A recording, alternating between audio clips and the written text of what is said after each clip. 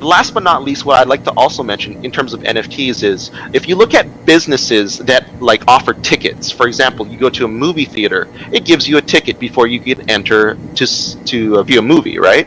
So industries that provide tickets, you can use it in that industry. I'll keep it clean.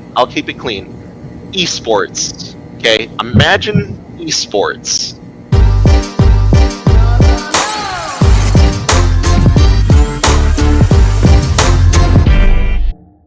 What gives an NFT its value? How do you Okay, get value? Good question, right? yep. So I have that prepared. So here's the thing about what gives value to an NFT, and actually there's a formula that I've discovered through some research on NFTs, and it really comes down to four things. Okay, you have the utility of the NFT. Now you have the ownership history.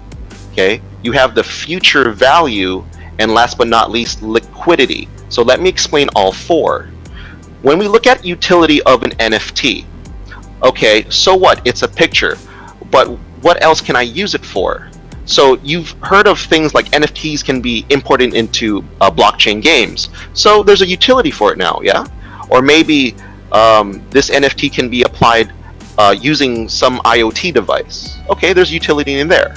Okay. Now, ownership history. This is where we talk about the idea of, when like famous painters die, their paintings when they're alive, they're not worth anything, but after years of respect and then they die, their paintings are worth millions.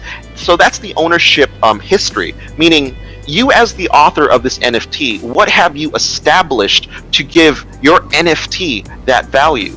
I mean, sure, there's a lot of artists out there, but what else after that? Like, who are you as an author in terms of what is your theme? What are you trying to provide with your NFT? So again, it's that idea. That's what I mean by ownership history. Who are you as an author? Now, the future value.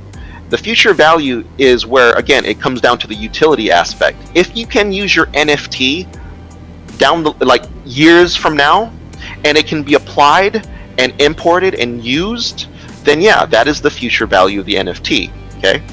Now, last but not least, your liquidity. Now, again, early in this session, I mentioned that we're talking about fast settlement. Okay, that's one of the two key emphasis of NFTs: the ownership value and settlement. So when we look at settlement, this is where we start understanding. Okay, if I create an NFT, where am I going to sell it? Of course, everybody wants to sell it in a place or an NFT marketplace that has lots of liquidity, meaning there's a lot of buyers and sellers for NFTs. Yeah. So if you put your NFT in an NFT marketplace with very low volume, most likely it's going to take a while to sell it off, right? But when we look at liquidity, we want to sell our work. We want to sell our art or whatever we want to call it in a place that has like a lot of buyers and sellers, so lots of liquidity. Yeah. Can you discuss more about utility? O ano yung saan ginagamit? Saan mo ginagamit yung NFT in the first place? Yeah. Okay. So, where can we use NFTs? Okay, so of course, we know gaming, blockchain gaming, or even regular gaming, mind you, but gaming in general. Okay? Now, since I've been doing NFT creation since 2019, I've been looking at the industries, and what I've found out is when you look at NFTs, let's look at it in terms of how, let's say, people shop online, let's say Shopee or Lazada, right? Of course, you have an image, a description of the image, and an underlying asset, meaning you're going to purchase this online, it's going to get delivered to your house or wherever you live, right? NFTs can do the exact same thing. So in that respect, it's where can you use it? Like online shopping, okay? Also, NFTs, where can you use it? Well, because it's subjective in value and there's several authors, of course you can use it in like raffles or promos, things like that. Online content, and I remember you asking me this at one point, where let's say, for example, you want to give courses. Guess what? I figured out a way through an NFT and the stuff that I've been posting on my Facebook that you can use an NFT to actually sell your courses. Now, last but not least, what I'd like to also mention in terms of NFTs is if you look at businesses that like offer tickets, for example, you go to a movie theater, it gives you a ticket before you can enter to view a movie, right? So industries that provide tickets, you can use it in that industry. Yeah. So yeah, those are the use cases that I've kind of found out during my time of NFT creation and programming that it can be applied to. I'll keep it clean. Esports. Okay, imagine esports. Now, can I share my screen? I want to share something with you guys lang, no? And pretty sure you've heard this news already about this artwork that has been sold at almost $70 million. I've heard this, right, Sly? Oh yeah. Now, I'm curious about it. Why this artwork? It's a digital artwork, right? But why someone bought it at $70 million? And why the price, or why is it that the price of that artwork went up to that, that amount? Okay, so again, we go back to the same concept of subjective value. Let's assume that in terms of this $70 million digital artwork, yeah, let's say there was a bid war. Now, mind you, there's, let's say, 8 billion people in the world. Less than 1% even know about blockchain. But out of that less than 1%, there's people who might actually find value in this mosaic. Okay? So for me, I don't understand why it's worth 70 million, but there's someone out there with that kind of money that will look at that and say, wow, I like it. It has meaning to my life. And if I had the money, fine, I will pay for that digital artwork. Now, at the same time, maybe there's something else we're not seeing. Okay, mind you, that's just a screenshot, so we are not seeing the entire or full picture. We don't know the context of the picture. Maybe it was an arranged, exchanged, not just the artwork itself. The artwork is basically, let's call it a front, or maybe something that represents something that's underlying the artwork. Okay, maybe there's an actual asset other than the artwork that was being exchanged. We don't know the context of why this NFT is worth 70 million. However, if we're just talking about the artwork, again, we go back to subjective value.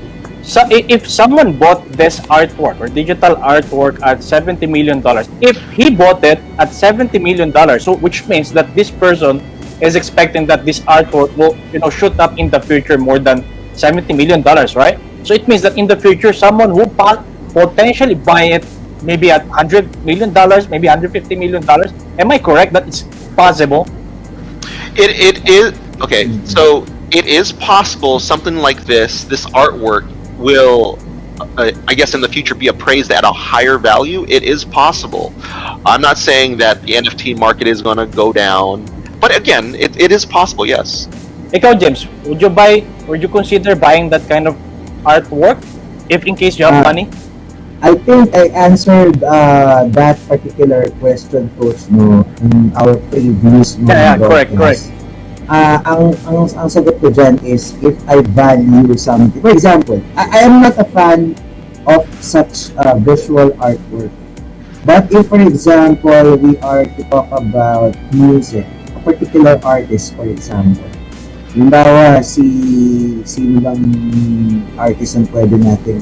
Halimbawa, si Rico Blanco, yung former vocalist ng River Maya.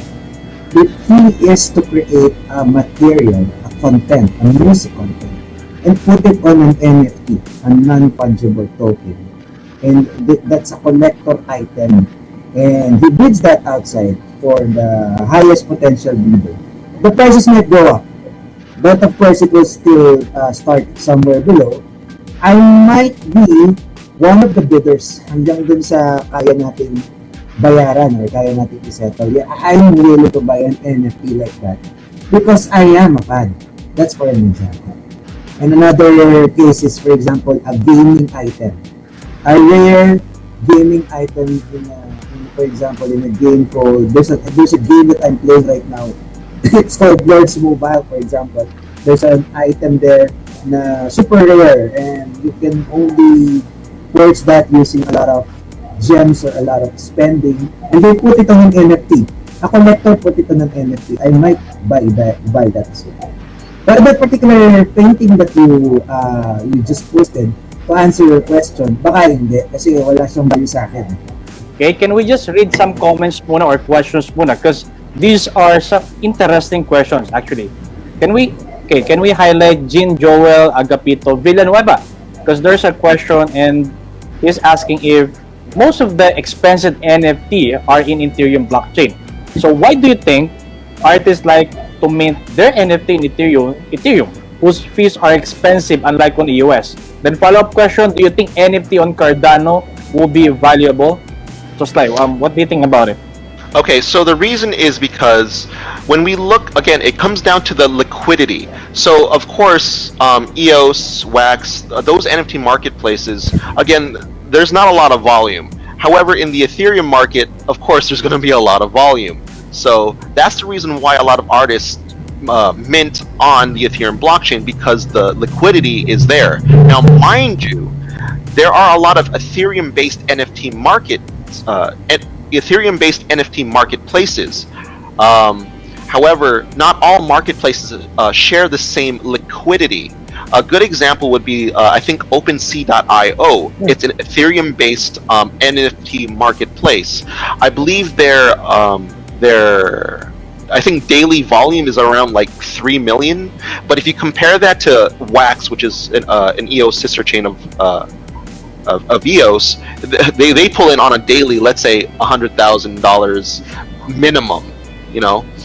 But why is that? Because one, Ethereum is high in value versus Wax P token or EOS. It's like in dollars and cents. And what was the what was the follow-up question? Sure. Well, do you think NFT on Cardano will be valuable? I want to say yes, because when we look at blockchain projects, you know, Ethereum is a really good project, hands down. I will not even, say anything bad about Ethereum. But, Cardano it's getting up there, in not just in terms of price, but in terms of the project. As long as the project remains strong, yes, any NFT created on the Cardano blockchain will become valuable in the future. The NFT, it will become valuable in the future. But also keep in mind, just because it's valuable, is there a marketplace with liquidity? So again, it depends. Because sabi natin, there are a lot of factors. So, it's not just the blockchain. Not just the blockchain. For example, there is an artist who is very popular. Hindi natin kasi marami talaga siyang following.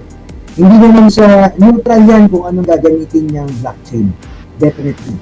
All he wants is for his following to actually avail of whatever NFT or token that he or she will do.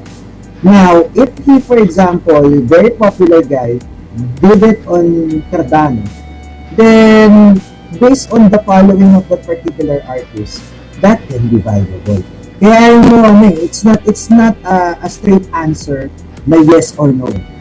There's a lot of factors that we have to consider.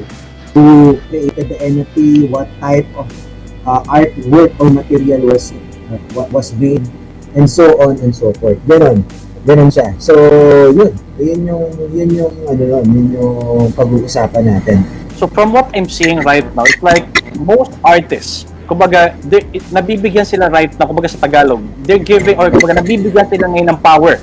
Okay? Na kung saan, mas makilala sila and their art through NFT, right? If this is the new trend right now, that's designed also to help artists, right? Yeah, it's usually the trend right now.